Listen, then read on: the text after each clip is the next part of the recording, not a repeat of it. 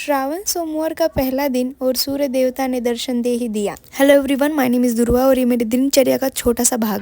कौसल्या सुप्रजा राम पूर्वा संध्या प्रवर्तते। उत्तिष्ठ नरशार्दूल कर्तव्यं दैवमान्निकम्। उत्तिष्ठोत्तिष्ठ गोविन्द उत्तिष्ठ गरुडध्वज। उत्तिष्ठ कमलाकान्त त्रैलोक्यं मङ्गलं कुरु। उत्तिष्ठोत्तिष्ठ गोविन्द उत्तिष्ठ गरुडध्वज।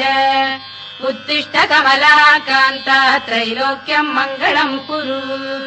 मातः समस्त जगतां मधुकैटभारे। वक्षो विहारिणि मनोहर दिव्यमूर्ते। श्रीस्वामिनि श्रुत जनप्रिय दानशीले।